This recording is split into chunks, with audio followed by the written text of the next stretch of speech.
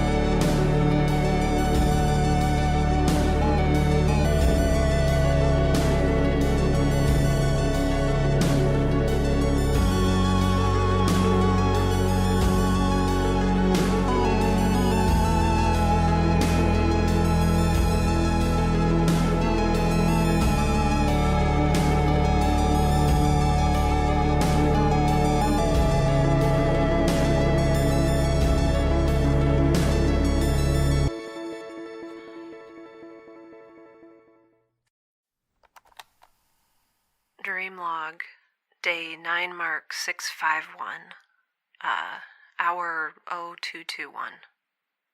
So, first things first. I know I used to make fun of you for keeping a dream log, but I keep having the same dream over and over, and I'm not dense or close-minded enough to dismiss the possibility that it could mean something. Not that I think I'm having prophetic visions or portents or whatever, just saying my brain might be picking apart some tangle of memories that could be important. You are probably loving this, wherever you are. Anyway, the dream is about Mom. She and I are standing in a place I've never been before, a place I can't, I think that's how I knew in the dream that I was dreaming. It was bizarrely real otherwise. I even feel like I have salt water drying in my hair, but obviously that's just the sweat. Anyway, so in this dream, Mom and I are standing on the shore of what must be an ocean on Earth. The ocean is sort of like space, but flat and textured and not inherently dark. And like space, it's beautiful and calming and terrifying all at once. The edge of the ocean is laced with foam and laps up against our toes. And in the distance, this massive drone rises up into the sky and begins to move swiftly toward us. And it has this spotlight that's just this awful, sweeping glare. Mom whispers, "They finally come for us." But somehow I know she isn't talking to me. I remember looking around for you, but behind me there's only a metal door, standing like a sentinel in the sand. When I turned back to look at Mom, she's no longer there. With a sudden surge of terror, I scan the horizon, and then I see her, lying further down the beach as though she's fallen from one of the cliffs above. I begin to run toward her in that stupid, gainless, lurchy way you run in dreams, with every step sinking in sand up to my ankles. I don't take my eyes off her as I run, and I watch as a wave breaches the shore and washes away my mother's skin, the delicate white lace turning pink with her blood. Another wave comes and sweeps away her muscles and organs, and then a third her bones. And then there's nothing left to indicate she had ever existed at all, except for a shallow indentation in the sand that's slowly filling from beneath with large black flies, and they're stumbling over each other in an increasingly irate chorus of buzzing. I finally reach this resting place, just as the flies rise up all at once and begin to cover my hands, arms, and face in this stinging, black cloud. I swat them away, each impact a hard prickle on my hands. And then a cold rush of wind blows them away, and the drone is there. Its spotlight burning through my eyelids into the core of my brain. Let yourself be found, it says in this dead metallic echo. I woke up saying those words. Let yourself be found, over and over again, and I almost couldn't stop. That's when I saw Charlotte hovering over me, making this soft, digital, shushing sound. I have no idea how long she was there. Charlotte never sleeps.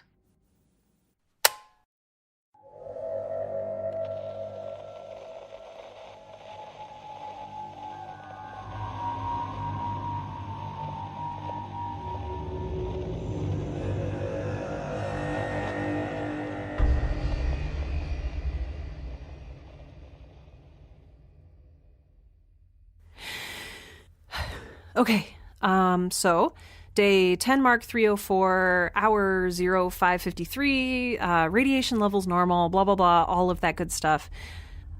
Okay, the thing moving toward us, it's not a meteor or an asteroid or an event or a malevolent godlike entity or a ship or any of those other things I said it might be. Dad, it's an entire fleet. I realize that precision is important in documentation and that fleet may not be the proper term in this case, but I've never encountered another single ship in my life, let alone a whole bunch of them all at once, so I hope you'll grant me a bit of leniency. I counted 18 of them. This giant vessel nearly the size of the Cavatica, a largish ship with lots of glowing blue protrusions sticking out of it, and 16 little ships that might fit 1 or 2 people max. Then Charlotte pointed out 3 spindly objects I hadn't noticed near the back of the formation, maybe satellites of some sort. She then estimated that they would be here in 3 hours and whirred away on her hydraulic arm. I haven't seen her since, mostly because I'm still here, staring. The ships are coming slowly, steadily closer, and I cannot look away. I feel numb in a way, like my heart has stopped or my skin has thickened. Like this isn't really happening, or that if it is, my body is trying to distance me from it. I had that dream about Mom again last night, you know, the one with the ocean and the flies, and that felt... Is it a bad sign when your dreams feel more like real life than real life does? Is it a bad sign when 21 mysterious ships suddenly bear down on your helpless, dead-in-the-water research vessel? I'd say yes and yes. Okay. I have 3 hours before they're here. I don't know where Charlotte went, probably to prepare, whatever that means for her. I made a list last night of things to do if the light turned out to be a ship, but, well, now that I know there are 21 of them, those measures feel futile. Not to get all hopeless and dreary. I mean, it would be stupid to give up and not prepare at all. Okay, action. Gotta take action.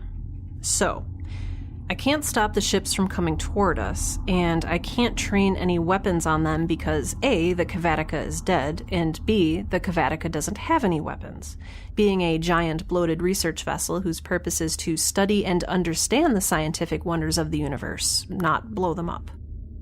Now, things I can do include watching, waiting, practicing sealing off various pods, and making some improvised explosive devices.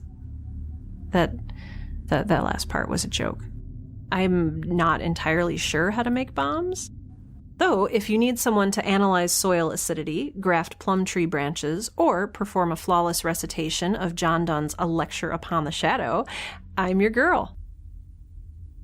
Not to say I'm helpless. I'm not. None of us ever are. I've seen Jurassic Park enough times to know that I should be able to sprint, climb, and hide in response to enemy provocation. I'm not skinny like Dr. Sattler, but I'm pretty sure I can run faster than her. And hey, maybe the ships aren't even a threat. Maybe they're full of fellow scientists or explorers, human or non-human, organic or AI, thinking, sensing, feeling things, bodies with flesh and muscle and bone and metal and wires and thoughts and dreams. Maybe they're hoping to share an exciting new discovery with me, or deliver a shipment of chocolate and kittens.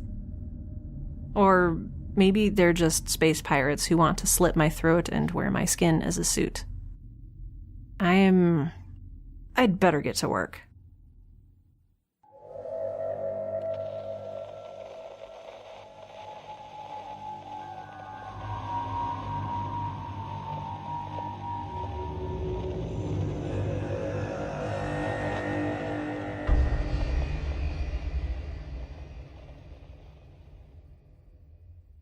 Okay, just about an hour left until fleet arrival.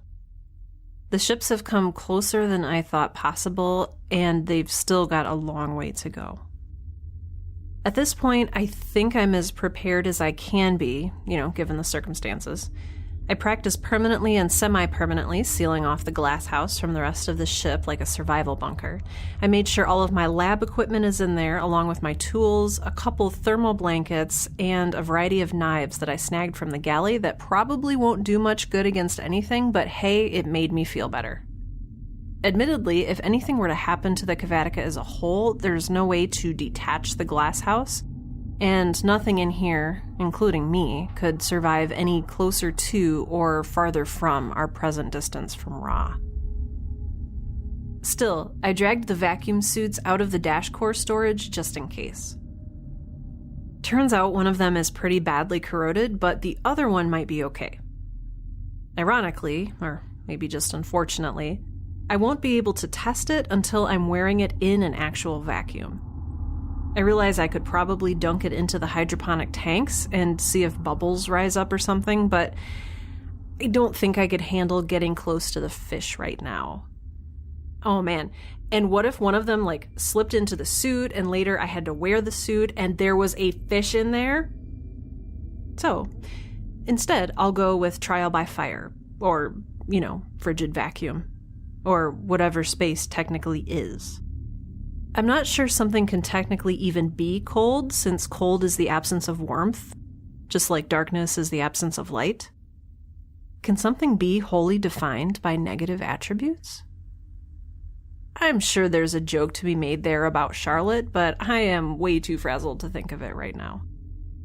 Oh, speaking of Charlotte, I finally tracked her down in one of the halls leading out of the dash core toward the 5 non-functional pods. After reciting the majority of the Caldwell Enterprises Emergency Evacuation Procedure Manual, she confirmed that both of the escape pods are dead. Though she also assured me that even if they were functional, a single moderately armed ship would have very little trouble blowing them to smithereens, let alone an entire fleet. Comforting. I asked her, rhetorically, if there was a third option, if neither fight nor flight was feasible. She told me that in the case of an emergency, I am to proceed calmly to the communications pod and take cover under the main table in conference room B, hug my knees, tuck my chin to my chest, and wait for the appropriate personnel to retrieve me. I told her I'd be happy to do that if A, the communications pod weren't completely locked down, B, we had any personnel, and C, I were pathetic. But she just pretended not to hear me again and whirred huffily away. She's been gone a long time. I'd go off in search of her, but I don't think I could stand any more recitations from the Caldwell Enterprises Emergency Evacuation Procedure Manual. Of course, I appreciate what she's trying to do. But I learned a long time ago that not everything can be solved by the book. Every once in a while, circumstances arise that even the brilliant minds at Caldwell Enterprises couldn't have predicted. If I was a quippy kind of person, I would say that the worst part of waiting is the waiting. But I'm not quippy, and so I'll just say that I hate waiting. And I hate feeling helpless. I suppose there's always work to be done.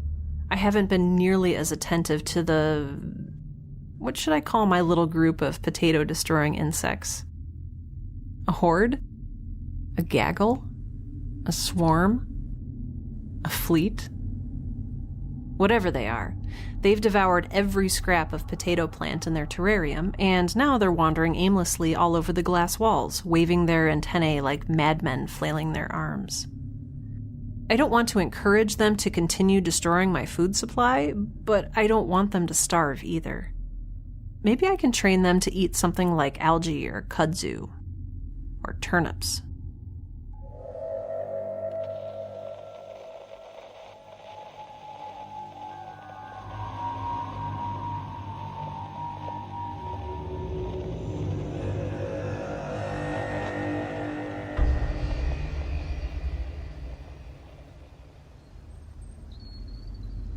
I thought of something while I was feeding the mysterious insects that I potentially should not be feeding.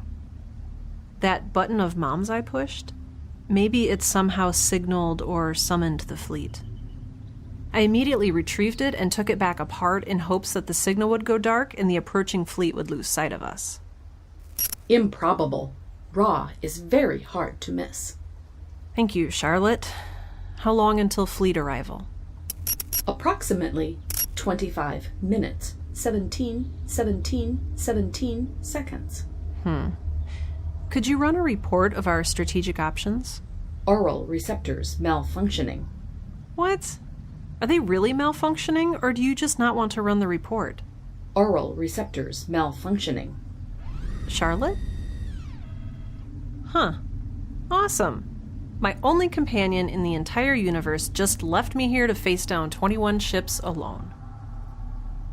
Honestly, I'm not sure which is worse.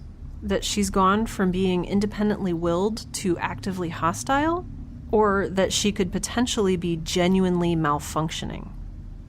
This is not the ideal time for either. Good thing I have a questionably viable vacuum suit and this paring knife from the galley. Oh my gosh, I am going to die and some freaky dude is going to wear my skin as a suit. You know, it really is pretty in here.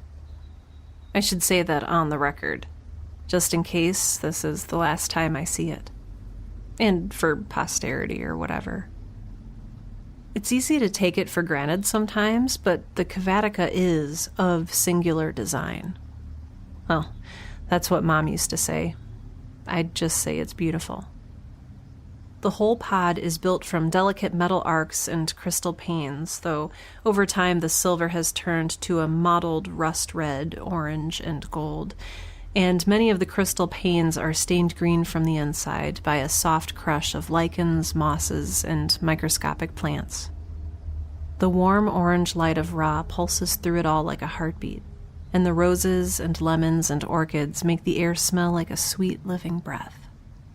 The aqueducts are lined with mossy stones and water plants, veined over here and there with roots, and it's all quite lovely and soothing, despite the creepy little fish gawking up at me from beneath the lily pads. The aviaries are covered in vines and filled with delicate jewel-toned birds, and the paths to the terrariums lead over roots and under green tunnels of shadow and mystery.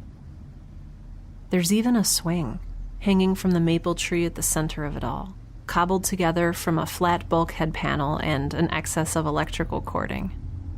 I'm actually sitting on it now, looking over at the placard nearby that reads, Honorum Lutum Sanguine. I remember asking you, when I was really little and asking questions nonstop, what that meant. And you said you'd tell me one day when I was ready. I like to think you were planning on telling me right before you left, and you just never got the chance. I know enough Latin to figure out that it has something to do with honor and soil and blood, but I still don't know what it means. Like, what it meant to you. Maybe that's just one of life's little frustrations. We can never learn it all, and the more we learn, the more we realize everything we won't have time to learn. When you left, before you died, I don't know if you got to understand everything you wanted to, or appreciate everything. I think it was probably more of a shock and then nothing. At least I have 20 minutes, a vacuum suit, and a welding torch. I mean, at least I can... What now? Charlotte?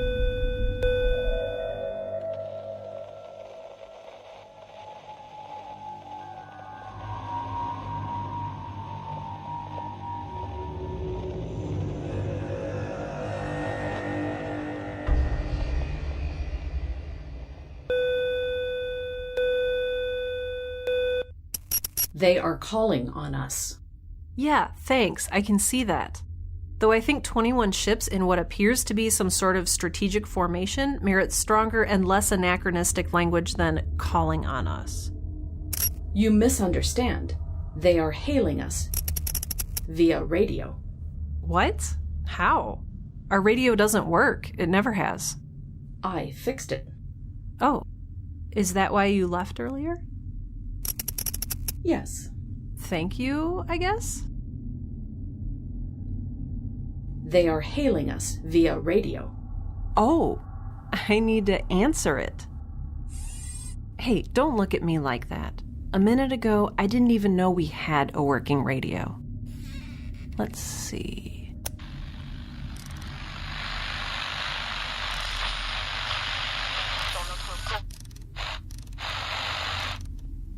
Ooh, I think it's working. Yes, hello?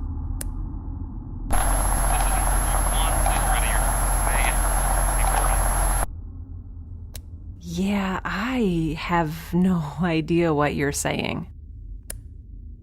Cavatica, this is ready. Charlotte, what do I do? Please proceed swiftly and calmly to the communications pod and take cover under the main table in conference room B. Once there, hug your knees, tuck your chin to your chest, and wait for the appropriate personnel to retrieve you. Cavatica, this is Enforcer 1. Please ready your docking bay and prepare to be boarded. Enforcer 1, this is Cavatica. No, thank you? I mean, we politely decline? Cavatica, this is Enforcer 1. That was an order, not a request. Prepare docking bay for immediate boarding. Ah, okay, well, we seem to be at odds here. Why are you under the impression that you need to board? Who is this? Who is your commanding officer? I don't think I have one. Or maybe that means it's me. Why, who's your commanding officer? Cavatica, this is Captain Miles Chen of Enforcer 1. Stand down and prepare to be boarded. If you do not comply, we will not hesitate to use lethal force. Ah, crap. Can't blame me for not wanting something called the Enforcer having anything to do with my ship, right? Hold on just a sec. Charlotte, do you think they're bluffing? Oral receptors malfunctioning. Seriously? Just go to the galley and tell me what you see, okay? If you insist.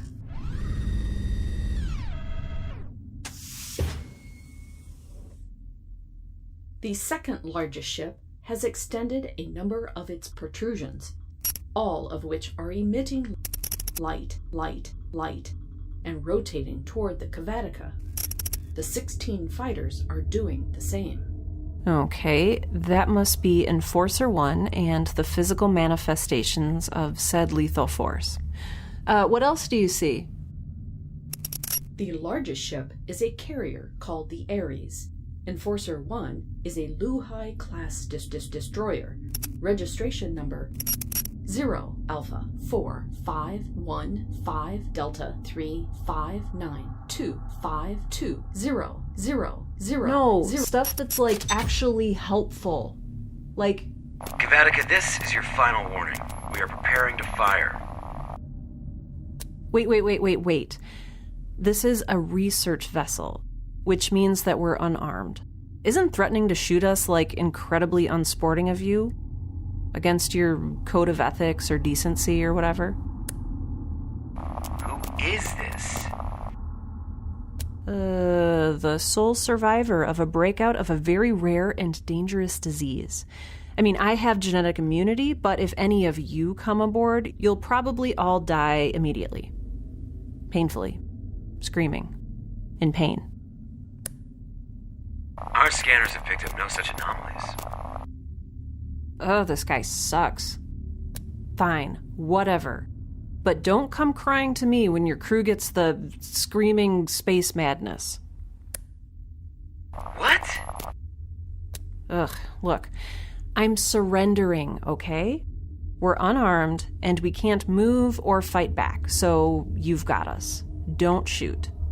Also, the docking bay and everything else on that side of the ship is dead. So if it appears that we're not complying, it's because we can't. You'll just have to get creative with your boarding process. Oh, and the airlocks don't work either, so watch out for that.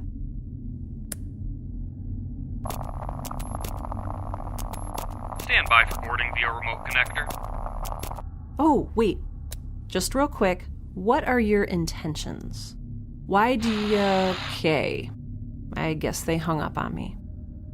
Hey, Charlotte, could you please Oral go... receptors malfunctioning. Not a good time for that. Ugh. I feel like that could have gone so much better.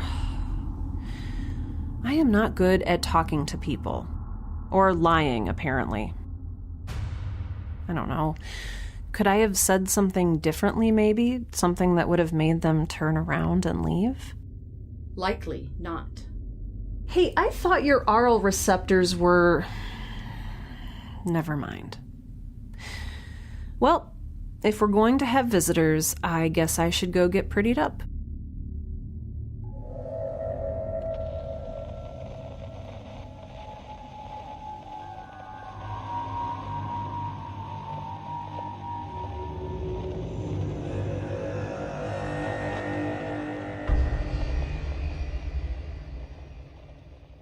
So, turns out a remote connector is 100% exactly what it sounds like.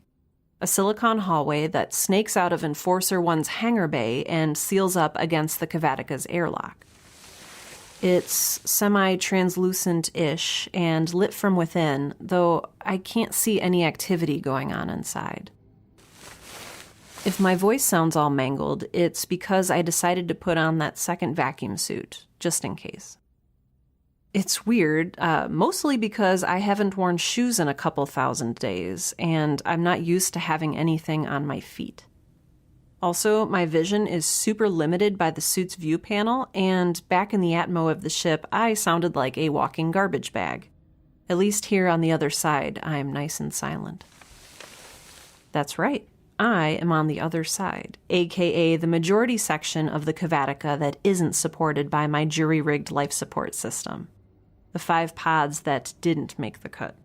I haven't been over here since everything started to fall apart. Currently, I am in the core hallway between the defunct cockpit and communications pods, crouched on top of one of those ceiling-high stacks of Caldwell Enterprises synthetic protein. Luckily, the ceiling here transitions into a big dark grid of pipes and beams about halfway up, so I think I'm pretty well hidden from anyone who might make their way aboard. For now. I have a pretty decent view from up here, too. I can see the auxiliary airlock where the remote connector thingy has attached, and the docking mandibles are visible through one of the tempered crystal viewports. Now, wait a minute, I can hear you thinking. I thought you were going to permanently or semi-permanently seal yourself into the glasshouse pod. Well, you are not wrong. I just really hate waiting, and the longer I sat there, the more the glass house seemed like the obvious place for them to capture me. I felt like the cheese at the center of the rat maze. At least out here, I might have some sort of element of surprise, depending on what their scanners are able to detect. Yeah, I have no idea what I'm doing. T-Rexes and velociraptors I could probably handle, but Jurassic Park did not prepare me for a heavily weaponized fleet of ships or its abundantly humorless crew. Though, if there are any dinosaurs aboard the Enforcer 1, I am totally going to flee from them like a pro. Oh, though, small victory, I'm still breathing, which means that the vacuum suit I'm wearing works. Yay! I am trying to crouch up here all motionless, but my many, many days as a researcher haven't exactly imbued me with athletic prowess. I'm actually kind of starting to hope they get through the broken airlock door soon, just to get this over with.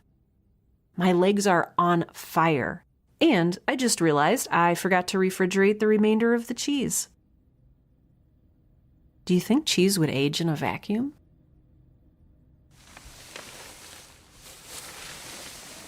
I wonder where Charlotte is. Did I accidentally seal her up in the glass house? Okay, this is kind of awkward. Nothing's happening. Every once in a while, the metal door, budges slightly, but I must have done a better job welding it shut than I thought. I'm gonna stop for now, and then I'll start recording again if anything significant happens. Otherwise, this is just going to be a whole lot of me breathing. Which, again, I want to stress that I am super happy about.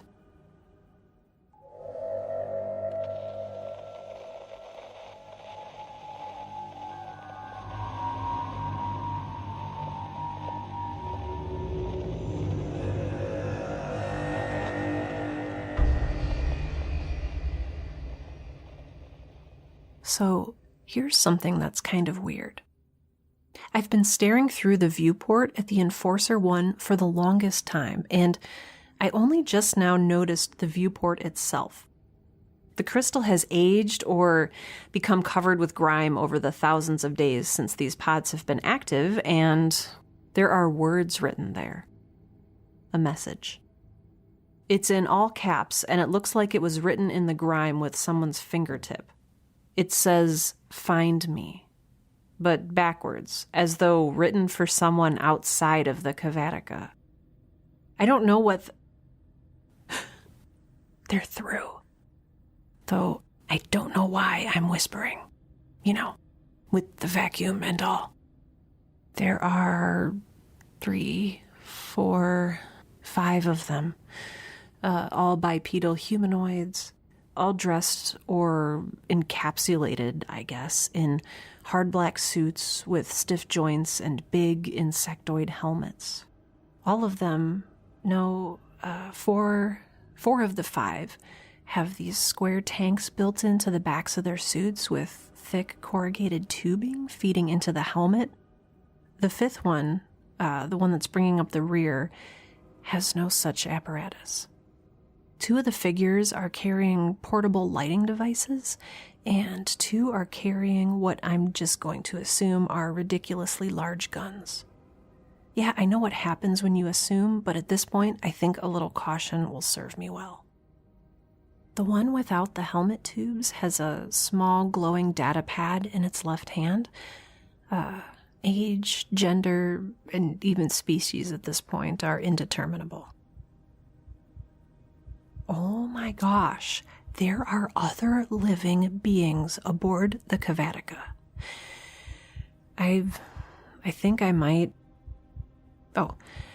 okay. They've split into 2 groups with 1 light and 1 gun carrier stationed at the entry point to secure an airlock seal, and the other 3 are scouting up the hallway. Thankfully, they've gone toward the galley in the opposite direction of my protein crates, and they haven't spotted me yet. I keep wondering if I should, jump down and introduce myself or stab them with my paring knife or something, but then I remind myself that now is the time for waiting and observing. At least it's interesting. And of course, by interesting, I mean terrifying. What if these are the last few moments of my life? Apparently, my brain wants to spend the last few moments of my life thinking about cheese. They must be pumping in some sort of Atmo through the remote connector because now I can hear their footsteps. Gosh, I really hope they breathe oxygen. The two I can see appear to be communicating with each other. Every once in a while, they'll bob their heads or gesture with their hands. They must have internal communicators set to a local frequency. I wish I knew where the other three had...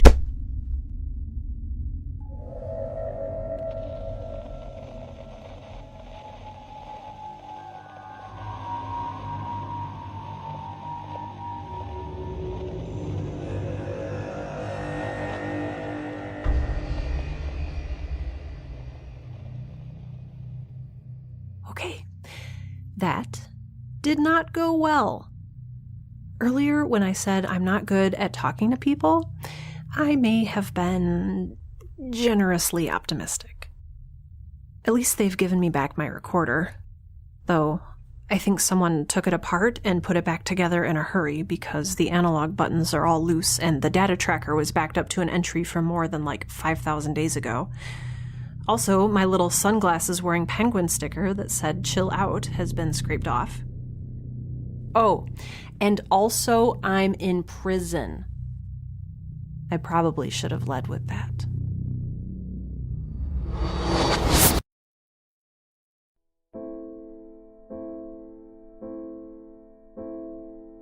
Support for the Girl in Space podcast is made possible by listeners like you. You can help keep the show going, get sweet merch, and access bonus episodes for as little as $2 a month when you become a patron on Patreon. Visit patreon.com/girlinspace, all one word, to check out exclusive rewards for patrons and make your pledge. That's Patreon, patreon.com/girlinspace. For credits and a full transcription of this and other episodes of Girl in Space, please visit girlinspacepodcast.com. If you're interested in creative writing, be sure to check out my other show, Right Now. That's right, like WRITE, because puns.